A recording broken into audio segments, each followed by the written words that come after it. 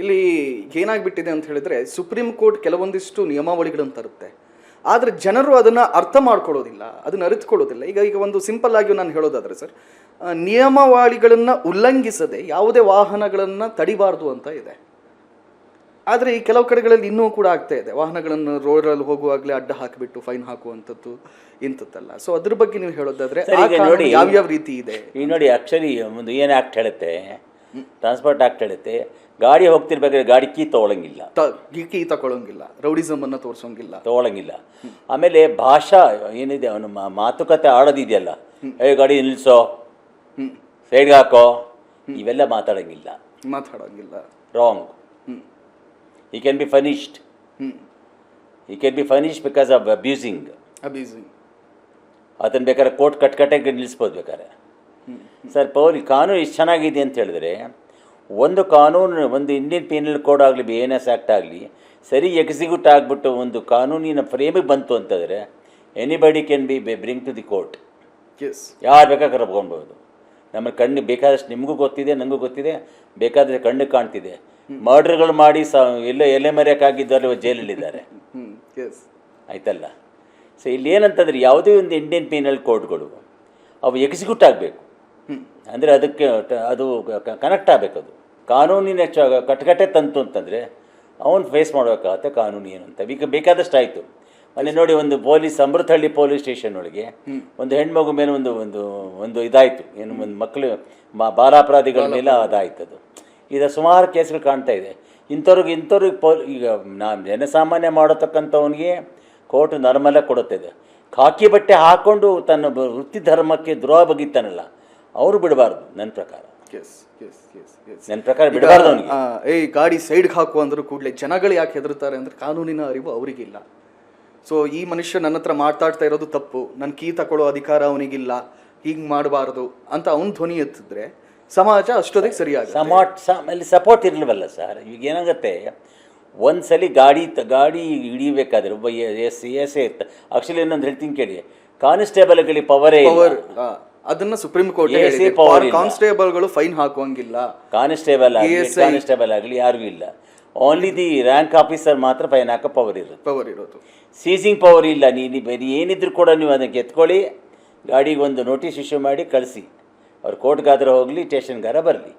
ಗಾಡಿ key ತೊಗೊಂಡೋಗ್ಬಿಟ್ಟು station ಬಾ, ಗಾಡಿ ತಗೊಂಡೋಗು ಅಂತ ಹೇಳೋ ಪವರ್ ಇಲ್ಲ. He should produce to the court only. ಗಾಡಿ ತೊಗೊಂಡೋಗೋ ಪವರ್ ಇಲ್ಲ.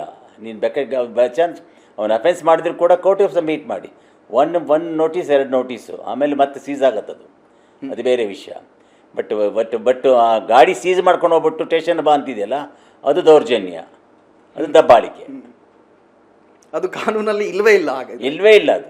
ಸೊ ಎಲ್ಲ ಕಡೆ ನಡೀತಾ ಇದೆ. ಆದರೆ ಮಾಡಬಾರ್ದು, ಅದಕ್ಕೆ ನೋಡಿ ಸರ್, ಈಗ ಏನಾಗಿದೆ ಅಂತಂದರೆ ಆ ಸಿಸ್ಟಮ್, ಆ ಒಂದು ಎಸ್ಪೆಷಲಿ ಆ ಇಲಾಖೆ ಮಾತ್ರ ಯಾರಿಗೂ ಸಿಗ್ತಾ ಇಲ್ಲ.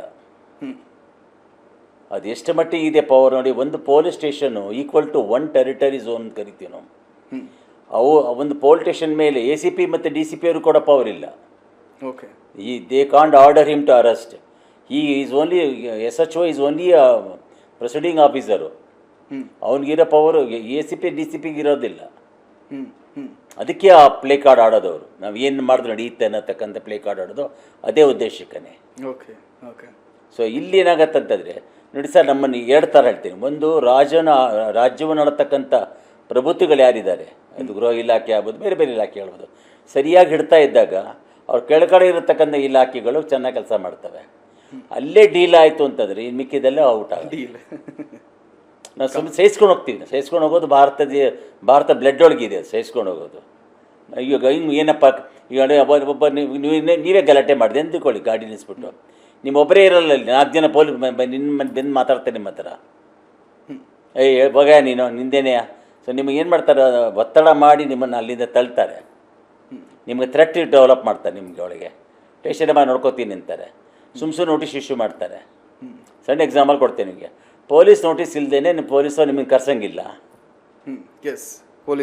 ನಮ್ಮ ಸಿಸ್ಟಮ್ ಹೆಂಗಿದೆ ಅಂತಂದರೆ, ಪೊಲೀಸ್ ಇಲಾಖೆಯಲ್ಲಿ ಸೇರ್ಪಡೆ ಆಗೋರು ಅವ್ರ ಎಲಿಜಿಬಿಲಿಟಿ ಬಿಟ್ಟರೆ, ದ ಎಲಿಜಿಬಿಲಿಟಿ ಈಸ್ ಓನ್ಲಿ ಬರೀ ನಾಮಕಾವಸ್ಥೆಗೆ 1, 2, 3 ಎಕ್ಸಾಮಿನೇಷನ್ಗಳು.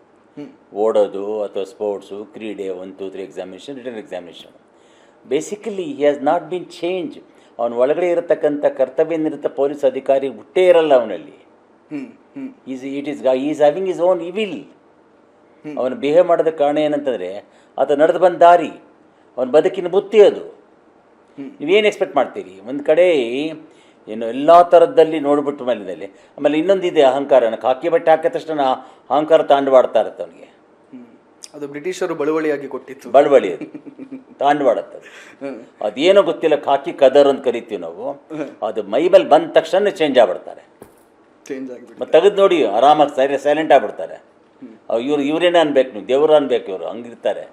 ಅದನ್ನು ಹಾಕಿದ ತಕ್ಷಣ ಅಲ್ಲ ಅವ್ರಿಗೆ ಅಪ್ಪ ಅಮ್ಮ ಯಾವುದೂ ಇಲ್ಲವೇ ಇಲ್ಲ. ಸಸ್ಪೆಕ್ಟ್ ಆದರೆ ಅಮ್ಮನೂ ಚೆಕ್ ಮಾಡ್ತಾರೆ, ಅಪ್ಪನೂ ಚೆಕ್ ಮಾಡ್ತಾರೆ.